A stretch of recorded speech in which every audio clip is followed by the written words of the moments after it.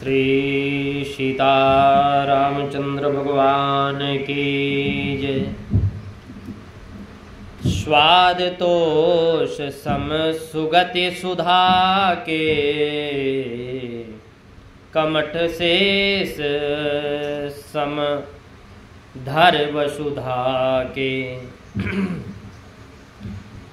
स्वाद तोष सम सुगति सुधा के।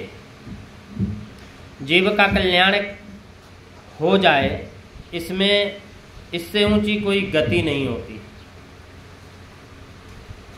ऐसी जो श्रेष्ठ गति मुक्ति है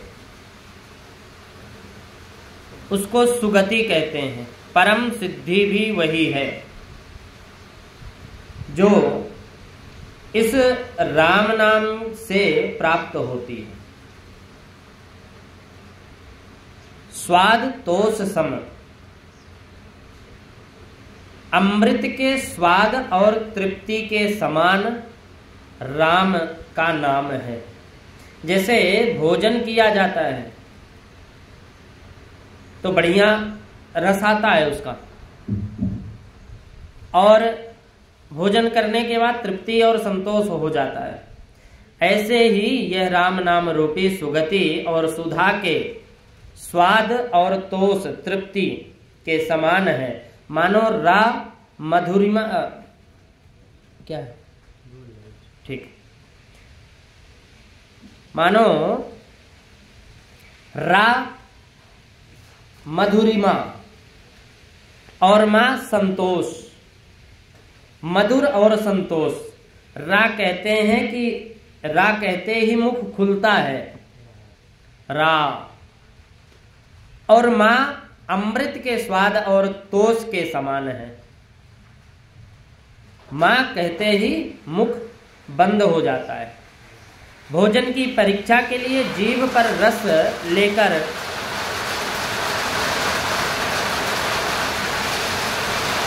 तालू से लगाने पर पता लग जाता है कि उसमें रस कैसा है, और जहाँ रस से लिया जाता है वहाँ से ही रा उच्चारण होता है। जैसे कहते हैं ना, रा सुधा का स्वाद आता है और माँ कहने में तोष हो जाता है। राम राम राम ऐसे कहते हुए एक बहुत विलक्षण रस है, बहुत विलक्षण रस आता है। उससे सदा जीव की तृप्ति हो जाती है। राम में रस आने पर फिर दूसरे रसों की आवश्यकता नहीं पड़ती। राम रस आने से फिर दूसरे रस की आवश्यकता नहीं पड़ती। जिनको भगवान नाम में रस आ जाता है उनको संसार के विषयों से रुचि हट जाती है। जब तक संसार के विषयों की रुचि रहती है, संसार के विषयों में जब तक रुचि रहती है तब तक भगवान नाम में रस नहीं आता। भगवान के नाम में जब रस आना शुरू हो जाता फिर वह सब रस फीके हो जाते हैं। और भगवान के नाम में जब रस आना शुरू हो जाता सब रस फीके हो जाते। गोस्वामी तुलसीदास जी महाराज कहते हैं कि यदि राम नाम मेरे को मीठा लगता है तो सबके सब रस फीके हो जाते हैं। भोजन के 6 रस हैं और काव्य के 9 रस होते हैं। ये सब रस फीके हो जाते हैं क्योंकि ये सब बाह्य रस हैं, बाहर के रस हैं, उत्पन्न और नष्ट होने वाले हैं। पदार्थ से मिलने वाला रस नीर सता में बदल जाता है।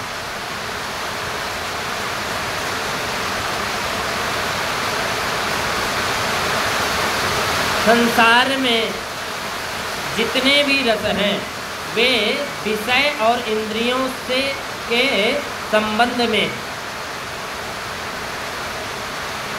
और वे आरंभ में अमृत के समान लगते हैं, परंतु परिणाम विषमिव, परिणाम में जहर की तरह होते हैं, उसका फल जहर की तरह है।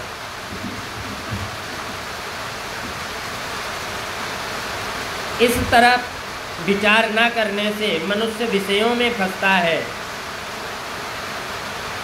और जो विचारवान सात्विक पुरुष होते हैं वे पहले परिणाम की तरफ देखते हैं, इस कारण वो फंसते नहीं हैं।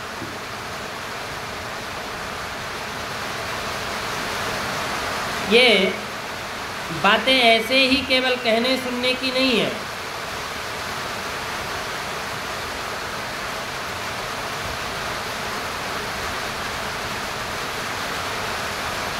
सुचिंत चोक्तम सुविचारी यत्कृतम सुदीर्घ काले पिनयाति विक्रयाम। ये बात ऐसे ही कहने की नहीं है, समझने की है कि समझदार समझकर काम में लाने की है। ये बातें आदमी को सोच समझकर काम करना चाहिए, विचार पूर्वक काम करना चाहिए। परिणाम में कष्ट नहीं उठाना पड़ता, और हम जो बिना विचारे करते हैं उसका परिणाम अलग ही होता है। वहाँ बर्तन रख देना। कहते हैं ना कि बिना विचारे जो करे सो पाछे पछताय, और काज बिगाड़े आपना जग में होत हसाय। जग में होत हसाय चित्त में चैन न पावे, राग रंग सम्मान ताहि के मन नहीं भावे। कह गिरधर कबीराय करम गति टारे ना टारे। कह गिरधर कबीराय करम गति टरे ना टारे। खटकत है ही माही करे जो बिना विचारे। जो बिना विचार कुछ भी करता है उसको दुख तो सहना ही पड़ता है, कष्ट तो उठाना ही पड़ेगा। मनुष्य अपने स्वार्थ और अभिमान का त्याग कर दे और दूसरे के हित के लिए काम करे तो उसका जीवन सफल हो जाएगा।